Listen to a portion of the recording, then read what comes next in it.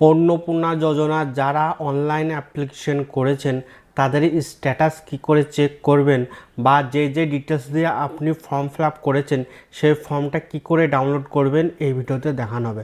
তো ফার্স্ট আপনাকে কী করতে হবে, wbregistry.wb.gov.in এই ওয়েবসাইটটা আপনাকে ওপেন করতে হবে। ওপেন করার পরে এরকম ইন্টারফেস শো করবে।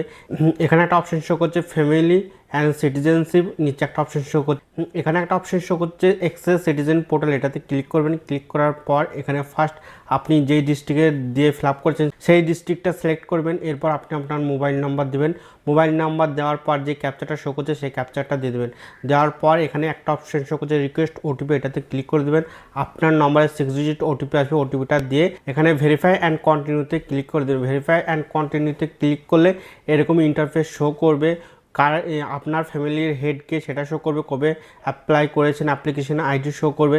নিচে এখানে দেখেন একটা অপশন শো করছে ডাউনলোড ফর্ম, এটাতে ক্লিক করলে আপনি কি ডকুমেন্টস কি ডিটেলস দিয়ে এই অন্নপূর্ণা ভান্ডার অ্যাপ্লিকেশন করেছেন, আপনার এই অ্যাপ্লিকেশনটা সাবমিট হয়েছে কি না সব কিছু এখানে শো করবে। তো সিম্পল এই কিছু প্রসেস ফলো করে বাড়িতে বসে আপনি আপনার অন্নপূর্ণা ভান্ডারের স্ট্যাটাস বা ফর্ম ডাউনলোড করতে পারবেন। তো এই ভিডিওটা যদি হেল্পফুল হয়ে থাকে ভিডিওটা লাইক করে দেবেন আর এই ভিডিওটা সবার সাথে বেশি বেশি করে শেয়ার করে দেবেন।